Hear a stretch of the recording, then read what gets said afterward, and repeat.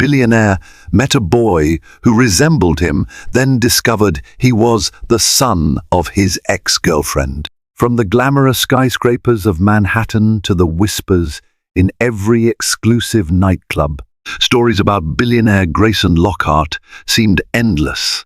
But none could ever have predicted the twist that would bring him face to face with a secret that could topple his empire and redefine his life forever. In a crowded plaza, one rainy afternoon, Grayson glimpsed a small boy whose eyes mirrored his own. Curiosity sparked, questions arose, and in that single electrifying moment, a hidden truth tore through Grayson's well-ordered existence. No press coverage, no rumor mill, and no scandal had prepared the world or Grayson himself for the explosive discovery that this child was his. Grayson Lockhart's life had always been about forward momentum. He built vast towers in real estate, struck deals at opulent dinners with Middle Eastern princes, and jetted from Singapore to Los Angeles to Paris in the same week to finalize international collaborations. Despite this hyper-driven lifestyle, he hadn't always been the cold, calculating businessman some believed him to be. Years ago, before the board meetings and the billion-dollar net worth, Grayson's heart belonged to one woman, Aurora Middleton. They met at Columbia University. Grayson was a finance major with big dreams, devouring textbooks and forging connections at every opportunity. Aurora studied art history, her soul brimming with creativity and wanderlust. Their worlds collided in an elective philosophy course. He remembered how her eyes flickered with a spark of curiosity during intense classroom debates, how she sketched detailed, hauntingly beautiful sketches on the back of her notebook while the professor droned on about existentialism. In Aurora, Grayson saw color and wonder that provided an escape from the rigid confines of economics and bottom lines.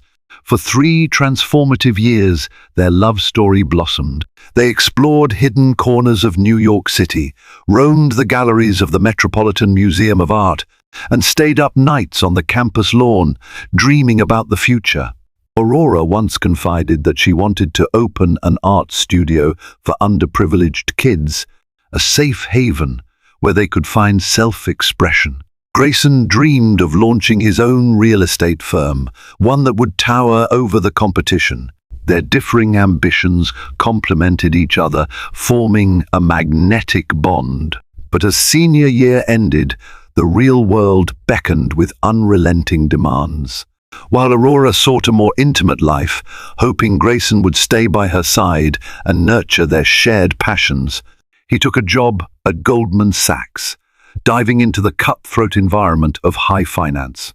Late-night meetings and overseas assignments left their relationship gasping for air. Aurora felt neglected, overshadowed by Grayson's thirst for power and success. Eventually, a tearful argument sealed their fate. They parted ways, both heartbroken but too proud to repair the damage. Years went by in a blink. Grayson rose to meteoric prominence, establishing Lockhart International with major properties in cities like Dubai, Tokyo, and London.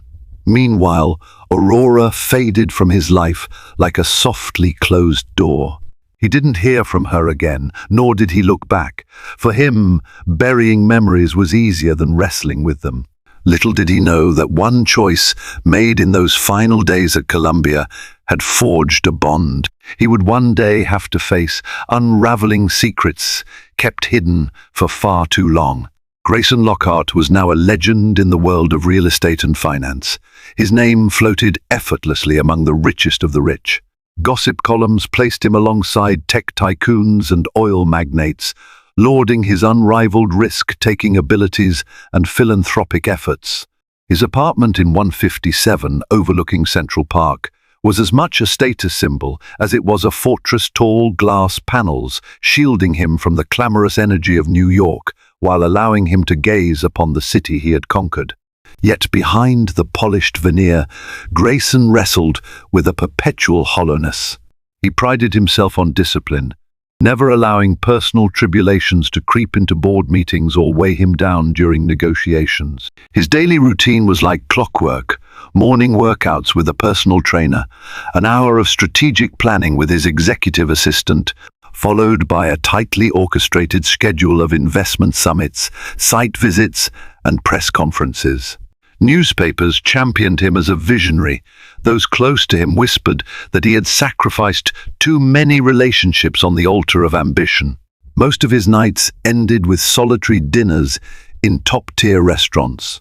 If he needed company, he had fleeting relationships with socialites who appreciated the glitz but never truly penetrated his emotional barriers. He occasionally visited his half-sister, Lydia Lockhart, a pediatric surgeon at Mount Sinai Hospital. Lydia alone saw glimpses of the man he had once been, a caring soul, deeply wounded by regrets he never discussed. It was on a particularly stormy afternoon that Lydia convinced him to join her at a charity event for children. It was a small-scale fundraiser hosted by a local community center in Brooklyn. Ordinarily, Grayson would have sent a check and called it a day, but Lydia's eyes had brimmed with such earnestness that he reluctantly agreed. Wearing a sharp-tailored suit and accompanied by a few bodyguards, he arrived at a humble auditorium filled with handmade decorations, bright banners, and excited children. Amid the swirl of lively music and enthusiastic chatter, Grayson felt like an outsider in his tailored perfection. He circulated half-heartedly, greeting sponsors and community leaders. Lydia teased him for checking his phone too often. The tension in his chest melted a bit each time he saw a child giggle at the volunteers' antics on stage. Then came the turning point that would forever alter Grayson's reality. A boy, small for his age, with deep brown hair and eyes of striking grey, was drawing by himself at a corner table. Something about the boy, his posture, or perhaps the intensity in his gaze, stirred a memory in Grayson's heart. Intrigued, he found himself walking toward the table, forgetting about the phone in his hand, the associates awaiting him, even the unstoppable drive of his next business venture. He could never have guessed that in mere minutes an inexplicable recognition would spark. This boy, with his serious expression and intense grey eyes, resembled someone hauntingly familiar: himself. Grayson approached the boy slowly, feeling an uncharacteristic flutter in his chest. It wasn't just that the child's eyes mirrored his own unique shade of grey. There was a certain dignity, a quiet concentration in the boy's stance, shoulders slightly hunched over the table, pencils arranged in meticulous lines that mirrored the precision Grayson used in his own life. Dismissing it as mere coincidence, he forced a polite smile. "Hi there," Grayson said gently. "What are you drawing?" The boy glanced up, his expression guarded. "A building," he answered, voice soft yet resonant. "I'm drawing the community center, but I want to add a bigger rooftop garden." Grayson nodded, momentarily captivated by the child's seriousness. The piece showed not just a basic outline, but intricate details: a swirling roof design, windows with flower pots, walkways lined with miniature shrubs. The architectural ambition startled him. It was too advanced for a child who couldn't have been more than 7 or 8. "You have quite an eye," Grayson remarked, fighting the urge to ask personal questions. His gaze flicked from the boy's face to the intricacies of the sketch.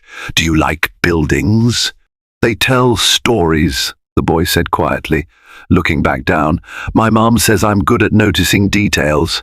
There it was, a casual mention of his mother.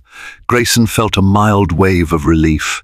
In his world, children rarely existed without some context: a starlet's adoption, a board member's weekend custody arrangement, or philanthropic visits to orphanages. This was a typical scenario, he told himself. The resemblance had to be a coincidence. Still, he couldn't resist the next question. "What's your name?" Grayson asked.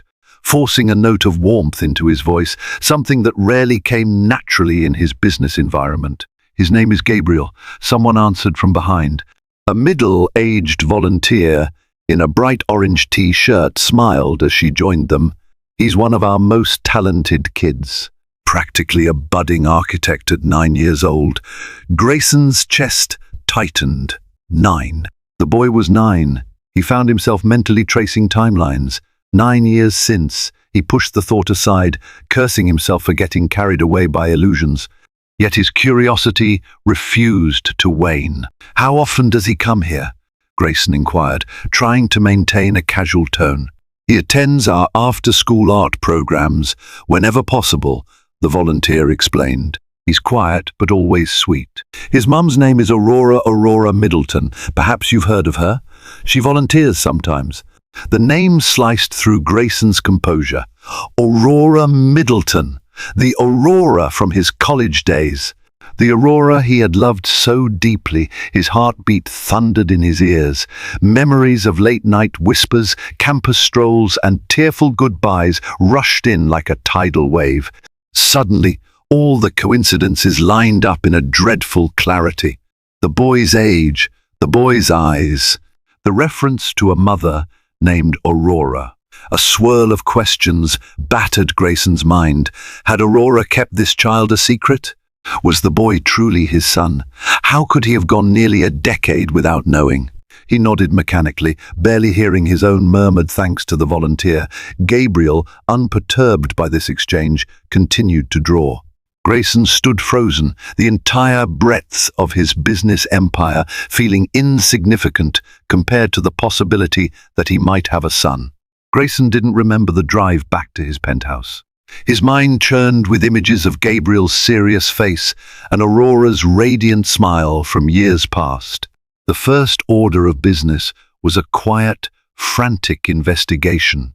He discreetly asked his head of security, Reuben Chambers, once a top investigator for the NYPD, to look into Aurora Middleton's recent history, her address, her job, any family ties.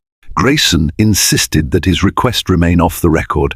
The last thing he wanted was a media circus. The following afternoon, Reuben arrived at Grayson's office. "I've got something," he said quietly, sliding a slim folder across the desk. "Aurora Middleton lives in Park Slope, Brooklyn, working part-time at the Brooklyn Museum of Art. She's also listed as the founder of a small NGO called Colorful Dreams Studio. No mention of a husband or partner. The boy, Gabriel Middleton, is listed as her son. He was born around 9 years ago, shortly after you and Aurora would have parted ways." Every word felt like a cold wind, buffeting Grayson's heart. He opened the folder. There were photos. Aurora in a modest coat, leading a group of children through a small gallery, her smile as radiant as he remembered. Another snapshot showed Gabriel clinging to her arm as they crossed a street. Gabriel's head was turned, but Grayson recognized the determined tilt of his chin. That evening, without calling ahead, Grayson found himself standing on the stoop of Aurora's modest brownstone. A wrought iron railing and potted plants lined the front steps, reflecting an almost bohemian charm so very Aurora. The door opened to reveal her, older now, with subtle lines around her eyes but still beautiful. A flicker of shock passed over her features when she recognized him. "Grayson?" she asked, her voice trembling with surprise. "How? Why are you here?" He struggled to maintain his composure. Rage and betrayal warred with the flood of old affection. "We need to talk," he said, stepping inside before she could respond. The cozy living room, decorated with paintings, throw pillows, and a messy stack of children's books, felt worlds apart from his sterile penthouse. Aurora closed the door slowly, her hand lingering on the knob. "You found out?" Her voice was barely above a whisper. "Yes," Grayson replied tightly, glancing around for any sign of Gabriel. "How long did you plan on keeping him a secret?" Her eyes brimmed with tears. I never intended it to be a secret. But after we broke up, I found out I was pregnant. I tried to reach you, but you were always traveling, changing phone numbers, diving deeper into your career. Eventually, I just decided to raise him on my own. 1,000 questions pounded at Grayson's skull. Why not tell me later, when I was settled? I would have done something. You were everywhere in the media, forging alliances, building an empire, Aurora said, tears threatening to spill down her cheeks. I wasn't sure how you'd react, or if you'd even believe me. I was scared you'd take him away. I wanted him to have a childhood, not become a pawn in a billionaire's world. Grayson's anger cracked at the edges, replaced by a storm of guilt, sorrow, and protectiveness for a child he had never known he had. I need to see him, he said, his voice almost pleading. Aurora nodded, letting out a shaky breath. He's upstairs, asleep. I'll call you tomorrow so we can talk this through. Please, Grayson, for Gabriel's sake, we have to do this carefully. And with that, he left the brownstone, heart pounding, uncertain whether to be furious or heartbroken or both. The next few days passed in a haze. Grayson, a man used to swift deals and immediate results, felt hopelessly paralyzed. He confided in Lydia, his sister, who listened with a mix of shock and empathy. A nephew, she whispered, eyes glistening. I can't believe Aurora never told you. Grayson shrugged, swirling a tumbler of scotch in his hand. But why would she? He muttered. I was so absorbed in building my empire, skipping from city to city. Even if she tried, it's plausible I missed the call or email. I changed my number twice during those first years on Wall Street. Lydia placed a comforting hand on his shoulder. What matters now is how you handle this. You have a son, Gray, a real, living, breathing child who needs you whether he knows it or not. Her words echoed in his mind long after she left. He spent hours staring at the city skyline from his penthouse, imagining how different life could have been if he'd chosen love over ambition. In a sudden burst of determination, he arranged a meeting with Aurora for the coming Saturday at a nearby cafe, requesting that Gabriel be present. He needed to lay eyes on his son again, to start bridging the 9-year gap that stretched between them. Aurora arrived first, guiding Gabriel by the hand into the cafe's sunlit interior. His eyes were wide, taking in the rows of pastries and the swirl of cappuccino foam from the baristas. Grayson stood as they approached, heart hammering. Hello, he greeted quietly, forcing a calm he didn't feel. Gabriel looked at him, brow furrowed. You're that man from the community center. His voice carried a child's curiosity and a hint of suspicion. Yes, I am, Grayson said, keeping his tone gentle. I wanted to say hello again. He held out his hand, hesitating when Gabriel just looked at it.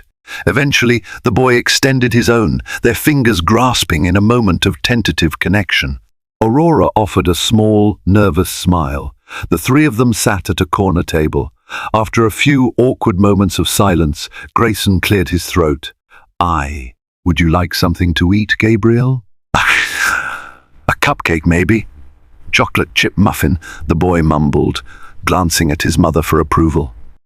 Aurora nodded, and Grayson signaled a waiter. As they waited for their order, Grayson tried to talk to Gabriel about school, about his favorite art styles, about anything that could break the ice. But each question felt stilted. The boy answered politely, casting uncertain glances at Aurora. Grayson realized with a painful jolt that children sense tension, and Gabriel undoubtedly sensed the undercurrent swirling around this entire scenario. Finally, Aurora spoke up, her tone gentle yet firm. Gabriel, I'd like you to know something very important. She paused, voice catching. This is Grayson Lockhart. He's your father. A hush fell over the table, punctuated by the espresso machine's hiss. Gabriel's eyes widened, shifting from Aurora to Grayson. Confusion, shock, maybe even a flicker of relief. His expression seemed to hold a swirl of emotions. Grayson felt tears burn in his eyes, but he blinked them back. I'm sorry you had to find out this way. he whispered, reaching for Gabriel's hand. I didn't know. I promise you, I didn't know. The weight of those 9 missing years pressed down, and in that moment, Grayson Lockhart, the billionaire with the world at his feet, realized just how powerless he truly was when it came to matters of the heart. Amid the emotional upheaval, life refused to slow down. Corporate matters demanded Grayson's attention with relentless urgency. An international consortium from Dubai wanted to invest a significant sum in Lockhart International, eyeing a piece of his next mega-project, a commercial complex with a groundbreaking eco-friendly design. Negotiations had been delicate, and at the slightest hint of personal instability, the deal could crumble, costing billions. Grayson's usual confidence faltered under the weight of the revelations about Gabriel. So he did what he had always done, he compartmentalized. The father in him wanted to be present for every breath, every heartbeat of this new relationship, but the CEO in him had responsibilities to shareholders, employees, and a global empire. He found himself juggling pressing financial calls and silent heartbreak, with neither side conceding any ground. One morning, his executive assistant, Cassandra Park, delivered troubling news. Sir, there's a rumor circulating in some industry circles, something about you having a secret child. I'm not sure where it originated, but the tabloids might pick it up. Instantly, Grayson's protective instincts flared. Shut it down, he snapped, hands clenched. We can't let them drag Gabriel into the public eye. Issue denials if you have to, or non-committal statements. I won't let gossip vultures exploit him. Cassandra nodded, though her gaze carried concern. Are you all right, Mr. Lockhart? I'm fine, Grayson answered curtly, signaling an end to the conversation. But he was far from fine. Every fiber of his being bristled at the idea of the media swarming his new and fragile connection with Gabriel. Meanwhile, Aurora started receiving cryptic phone calls at her NGO. Once, a journalist showed up, claiming to be writing a piece on community art programs, but quickly steering the conversation to her relationship with Grayson Lockhart. Panicked, Aurora called Grayson. I can't do this. I won't let them hound Gabriel. You have to help us. Grayson gritted his teeth. I'm doing everything I can. We'll handle it. And he meant it. With his resources, he managed to silence a few tabloids, paying them not to release any story related to his personal life. But rumors still lingered like sharks, circling the possibility of a sensational scoop. Yet the biggest challenge came from inside his own company. Frederick Jameson, a longtime board member who felt overshadowed by Grayson's success, seized on the news as a way to undermine the CEO's position. Lockhart's personal scandal could harm the company's reputation, Jameson argued in a private meeting. Investors are skittish about unpredictability. We need stability. In Grayson's world of wealth and power, any sign of vulnerability was a weakness to be exploited. For the first time, fatherhood gave him an authentic vulnerability. It enraged him that something so pure, his bond with Gabriel, could become a pawn in corporate chess matches. But business had always been a battlefield. If Grayson wanted to secure his company's future, he would have to fight off challenges within and fend off the hungry media, all while trying to form a real relationship with the son he had only just discovered. And that, as he was quickly learning, demanded more energy than any merger or hostile takeover he had ever faced. The swirl of challenges felt unending, and the tension between Grayson and Aurora simmered like a kettle perpetually on the verge of boiling over. In the midst of corporate crises, Grayson found himself consumed by the puzzle of Gabriel's life, the boy's likes, his needs, his dreams. Late at night, Grayson pored over the drawings Gabriel had left at the cafe, feeling closer to the son he barely knew.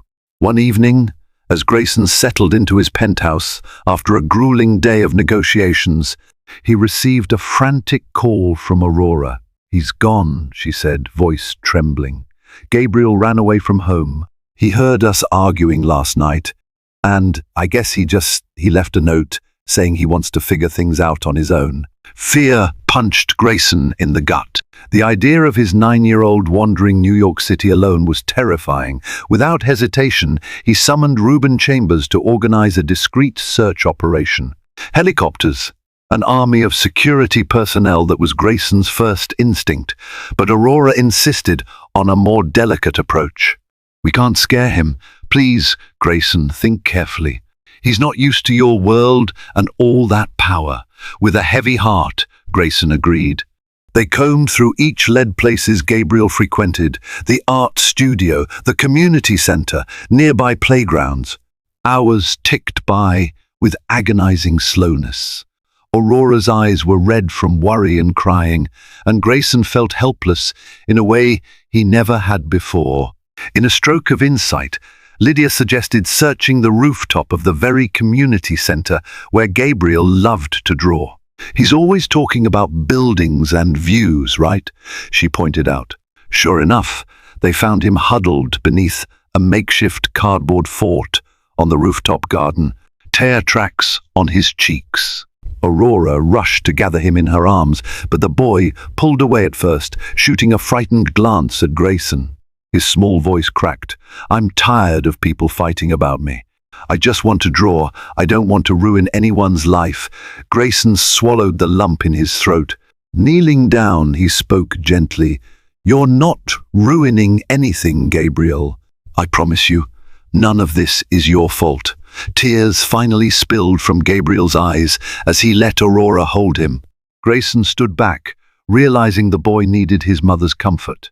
Eventually, Gabriel looked up at Grayson, guilt and fear etched into his small features.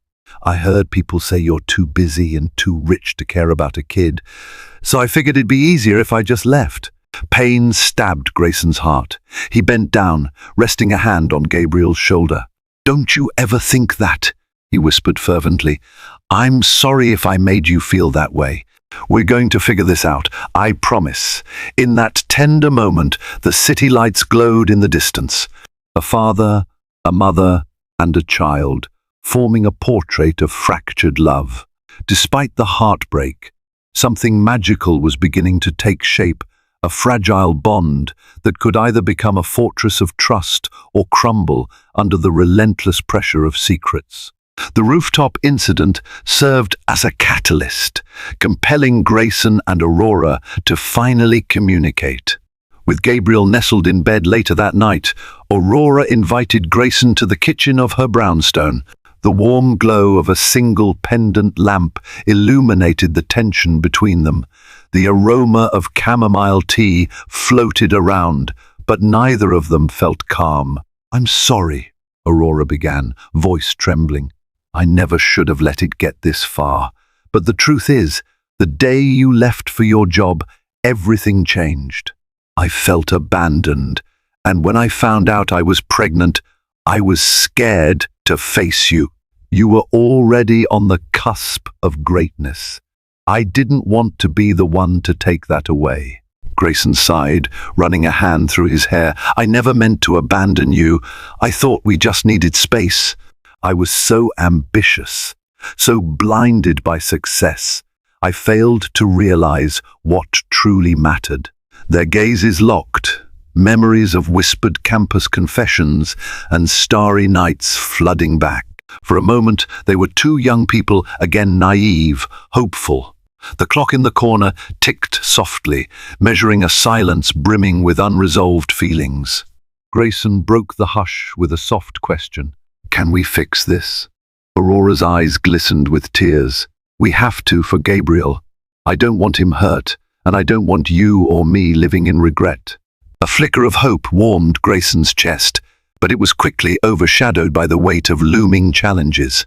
Aurora's trust in him was tenuous, and the business side of his life was in upheaval, with Frederick Jameson and others salivating over any weakness.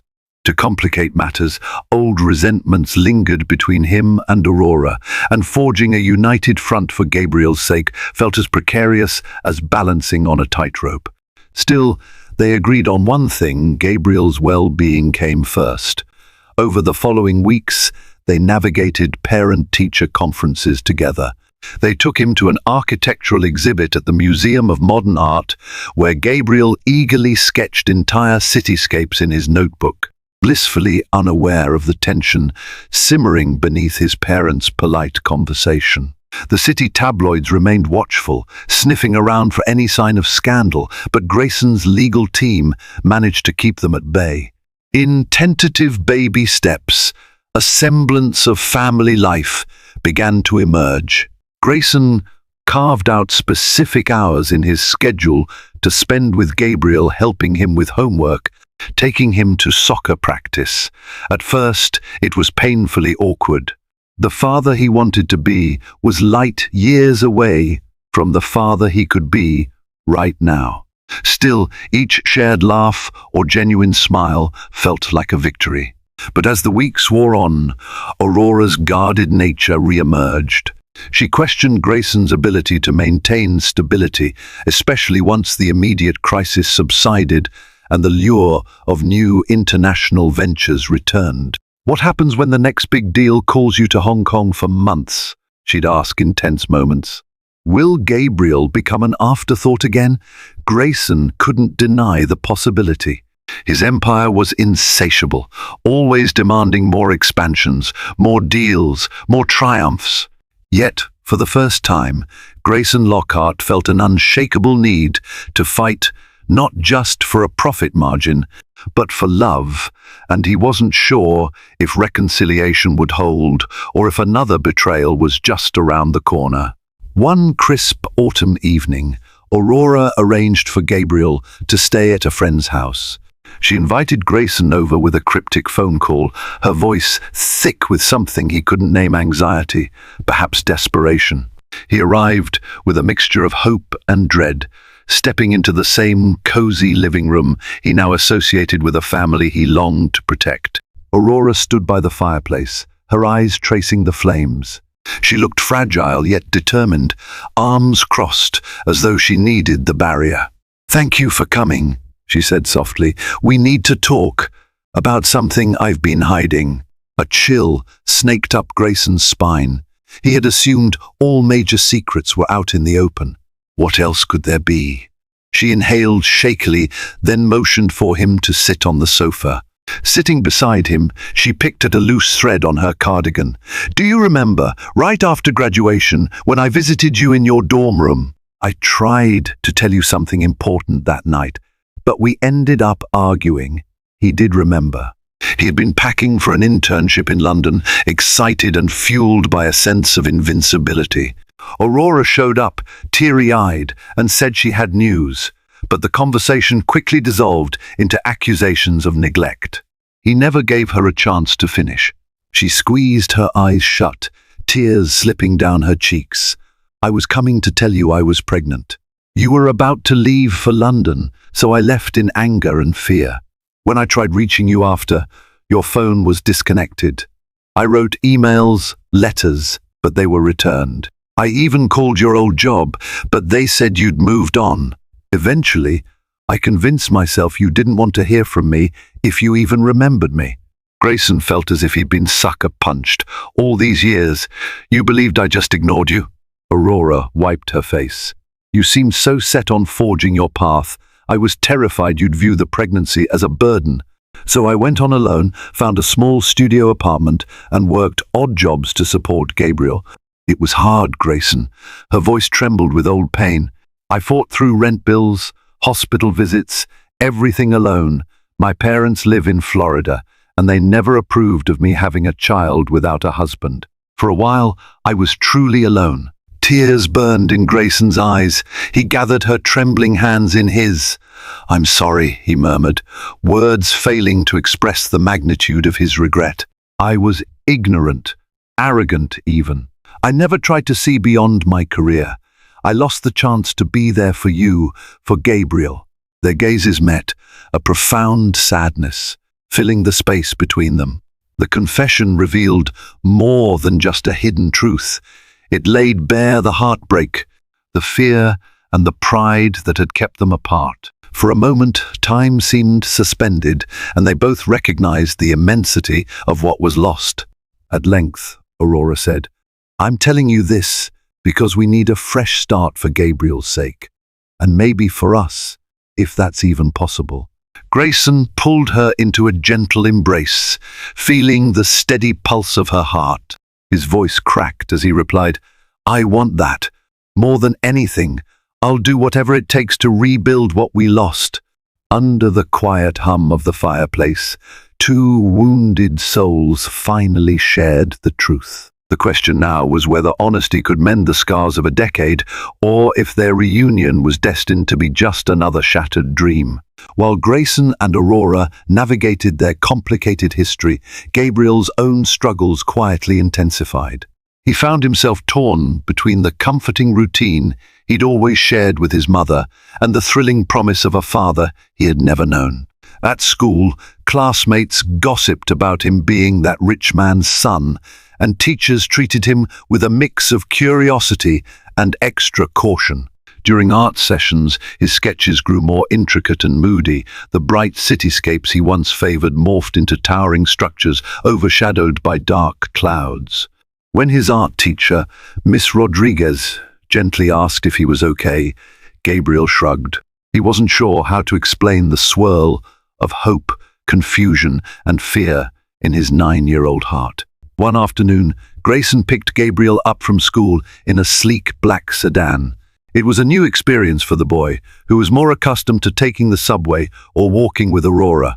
Gabriel felt a rush of excitement, but also a pang of guilt, worried that his mother might think he was getting spoiled by Grayson's lifestyle. "How was class?" Grayson asked as the driver navigated through congested streets. "Okay," Gabriel mumbled, staring out the window. Grayson cleared his throat, sensing the tension.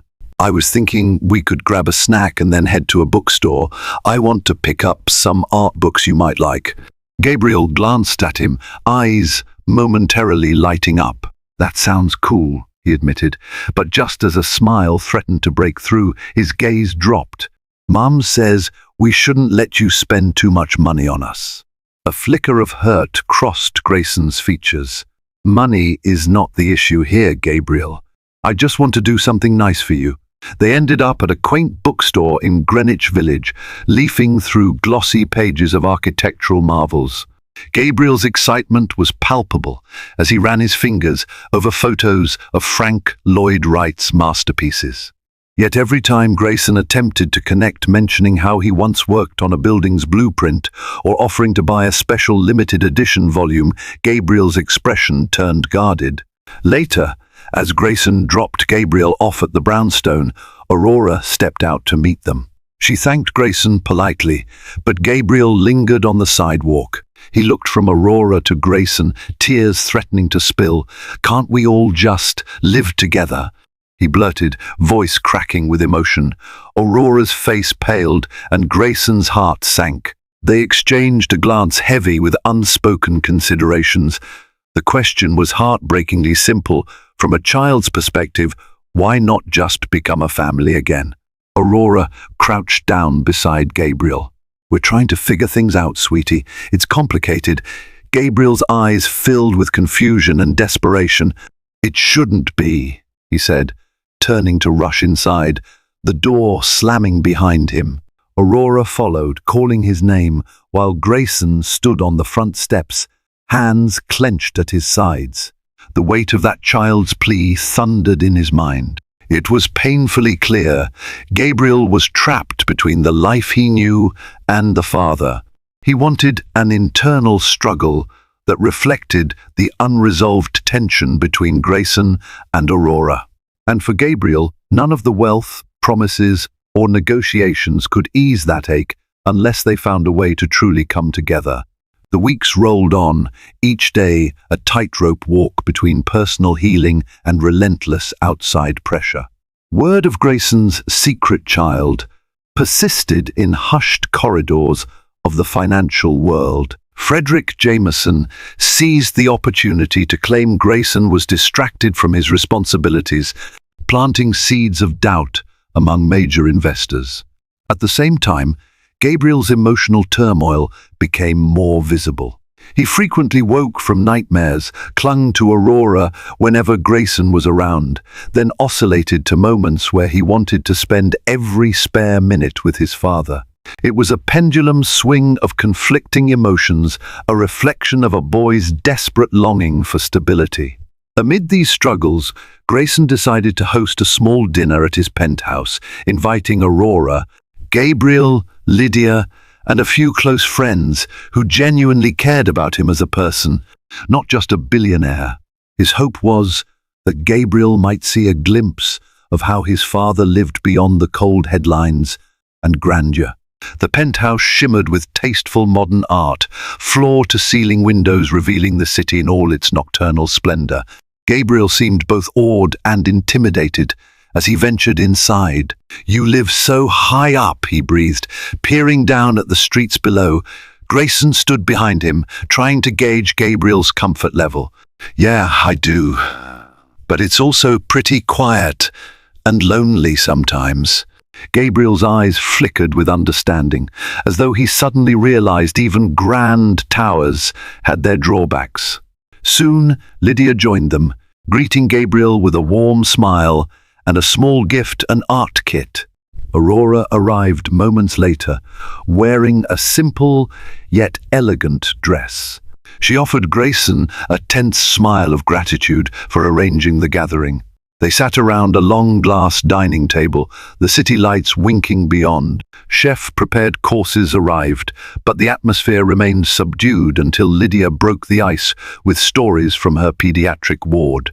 Gabriel listened intently, occasionally tossing in a question about surgeries, which Lydia answered with child-friendly explanations. As dessert arrived molten chocolate cake, at Gabriel's request, Grayson cleared his throat. There's something I want to say to all of you, especially you, Gabriel," he began, voice unsteady. He turned to face his son. "For most of my life, I believed success was measured by money, buildings, expansions. But I realize now that real success is about love, about being there for the people who matter. You and your mother matter more to me than any skyscraper." Aurora's eyes shimmered with emotion, and Gabriel looked on with a mix of uncertainty and hope. Grayson continued, "I've decided to restructure how I manage my company.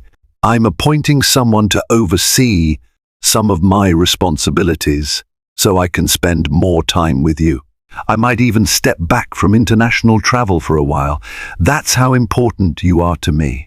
A stunned silence settled over the table. Then Gabriel stood, pushing his chair back. You mean you won't have to leave me for weeks and weeks?" he asked, tears threatening to spill.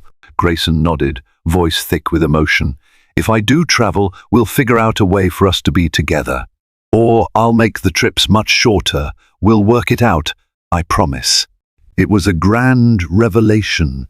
Grayson Lockhart, mogul of a billion-dollar empire, was willing to put family above business. And in that moment, as Gabriel threw his arms around his father, Aurora watched with trembling lips.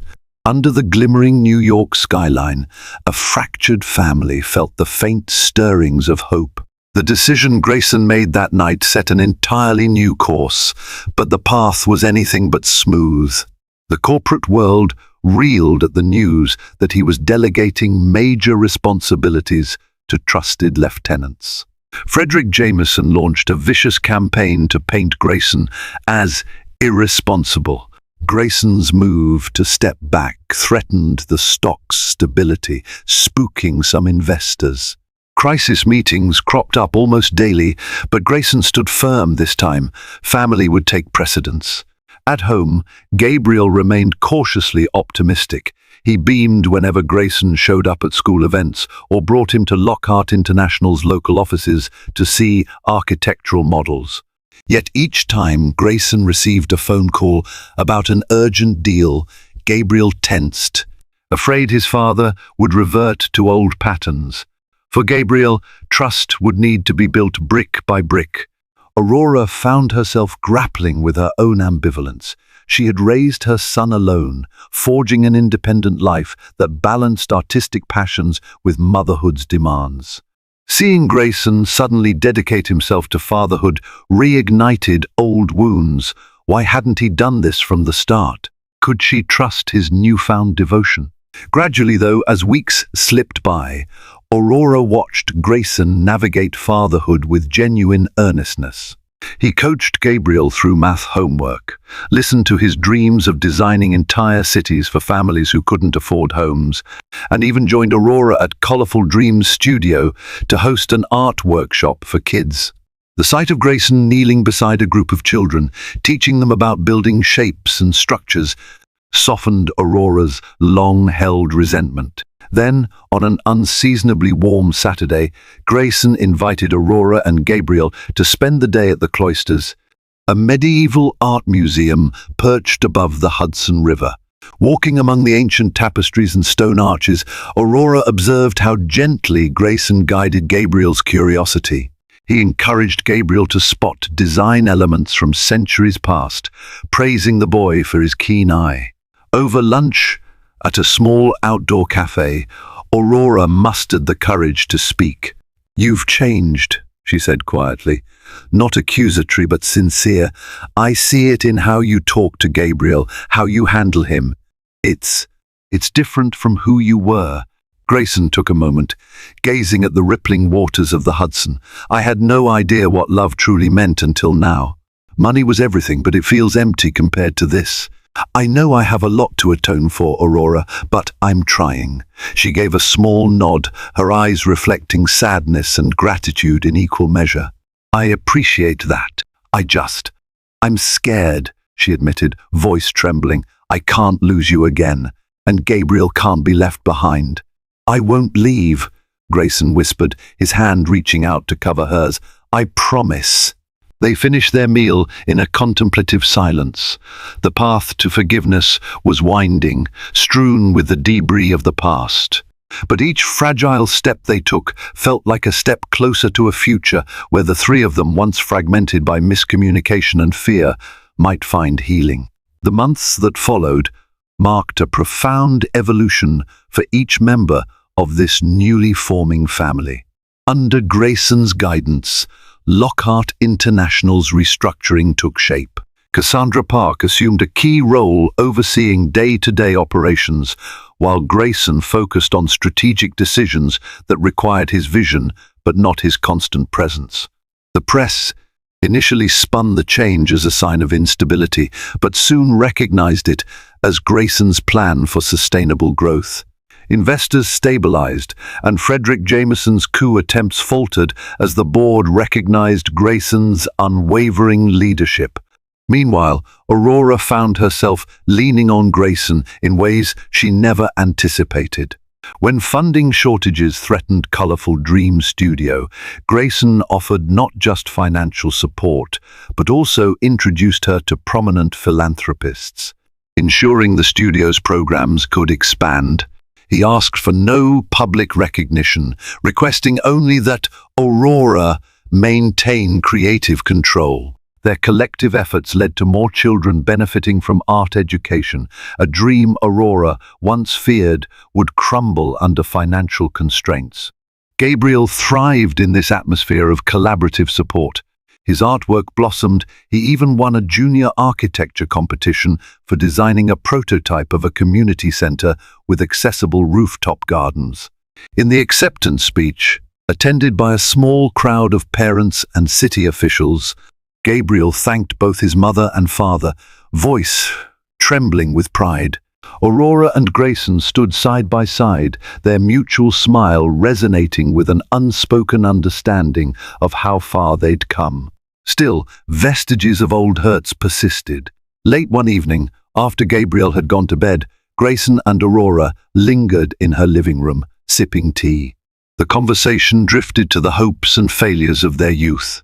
There, in the softened glow of a single lamp, they admitted regrets, exchanged apologies. They never spoke a decade earlier and allowed themselves to see the love that still lingered beneath the scars. In a moment hushed by the weight of history, Grayson cupped Aurora's cheek. "We can't change the past," he murmured, "but maybe we can learn from it." A tear slipped down Aurora's face. She leaned into his touch, whispering, "I want to try if you're willing." They sealed this renewed pledge with a gentle kiss, a tentative blossom of the love they once had, now tempered by years of hardship and growth. Outside, the moonlight bathed the Brooklyn street in silver, as though bestowing a quiet blessing on the promise they shared. For Gabriel, the next morning brought an unexpected sight, waking up to find both his parents laughing in the kitchen, flipping pancakes as though they had done so together for years. He joined them at the table, greeted by two warm smiles. The unspoken pact was clear, though the journey had been fraught with twists, heartbreak, and near betrayals. They stood on the brink of a new beginning, united by the child whose eyes mirrored his father's, and by a love they had once lost, but managed, miraculously, to rediscover. Thank you for joining us on this heart-wrenching, inspiring journey into the life of Grayson Lockhart, Aurora Middleton, and their son Gabriel. From the lofty ambitions that once tore two lovers apart to the unexpected discovery that brought them back together, their story reminds us that true wealth is measured not by bank accounts but by love, trust, and second chances. If this tale of hidden secrets, deep regrets, and a child's unwavering hope moved you, please show your support. Don't forget to like, share, and subscribe to our channel for more riveting, emotionally charged stories that delve into the human heart. By doing so, you'll never miss an update, and you'll help us continue sharing tales that resonate with the beautiful complexities of real life. Thank you for watching, and may every lost moment in your life find its way to a second chance.